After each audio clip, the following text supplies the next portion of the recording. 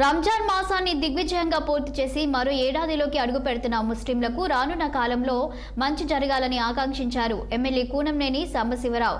పేద ముస్లింలు దళితుల కంటే కడు పేదరికంలో ఉన్నారన్న ఆయన కేంద్ర ప్రభుత్వం ప్రవేశపెట్టిన వక్ఫ్ బోర్డు బిల్లులో నాన్ ముస్లింలు కూడా ఉండే అవకాశం కల్పించడాన్ని విమర్శించారు.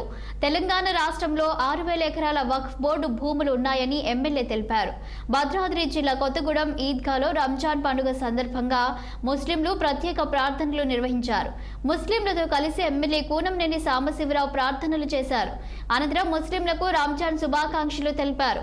ముస్లింలతో తనకు ఎంతో అనుబంధం ఉందని, ముస్లింల సంక్షేమం కోసం తన వంతు కృషి చేస్తారని హామీ ఇచ్చారు కూనంనేని సాంబశివరావు.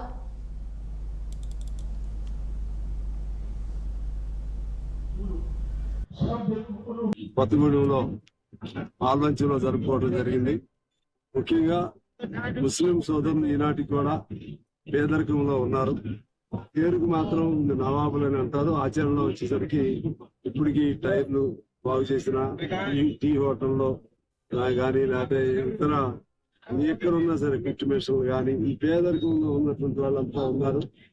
వాళ్ళ జీవితాలను బాగు చేయడం కోసం వాళ్ళకి ప్రత్యేక సబ్ ప్లాన్ ఏర్పాటు చేయాల్సిన అవసరం ఉంది ముస్లిం సోదరులకి.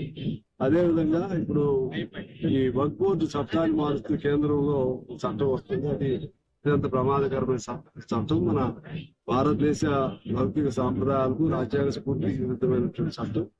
దాన్ని కూడా ఆపేయాలని చెప్పి డిమాండ్ చేస్తున్నాం. ఆ విధంగా మన ముస్లిం సోదరులకి ఏ కష్టం వచ్చినా కలిసిమెలిసి అందరం ఉండాలి.